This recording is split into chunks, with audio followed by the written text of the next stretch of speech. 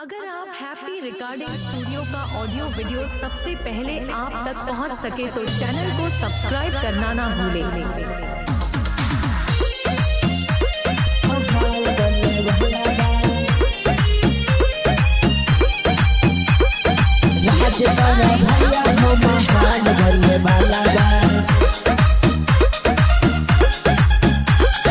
नया साल कल तैयारी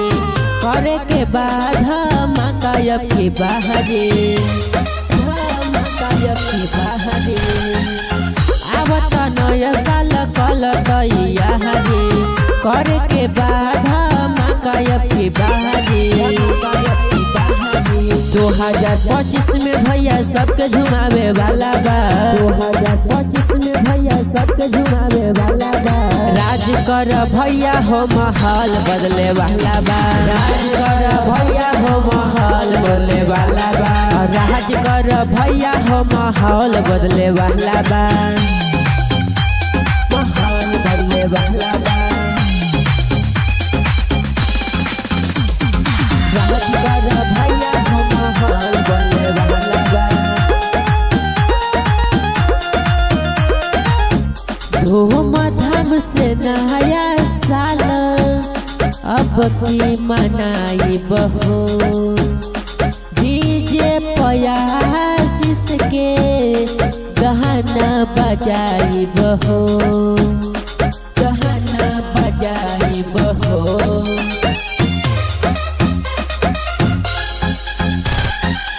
धूमधाम से नया साल अब की मनाई बहो डीजे पयासिस के गहना बजाई बहो गहना बजाई बहो 2025 में भैया सबके झुमावे वाला बा 2025 में भैया सबके झुमावे वाला बा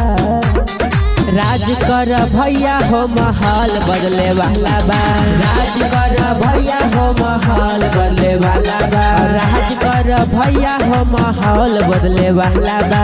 माहौल बदले वाला बा। अगर आप हैप्पी रिकॉर्डिंग स्टूडियो का ऑडियो वीडियो सबसे पहले आप तक पहुंच सके तो चैनल को सब्सक्राइब करना ना भूलें।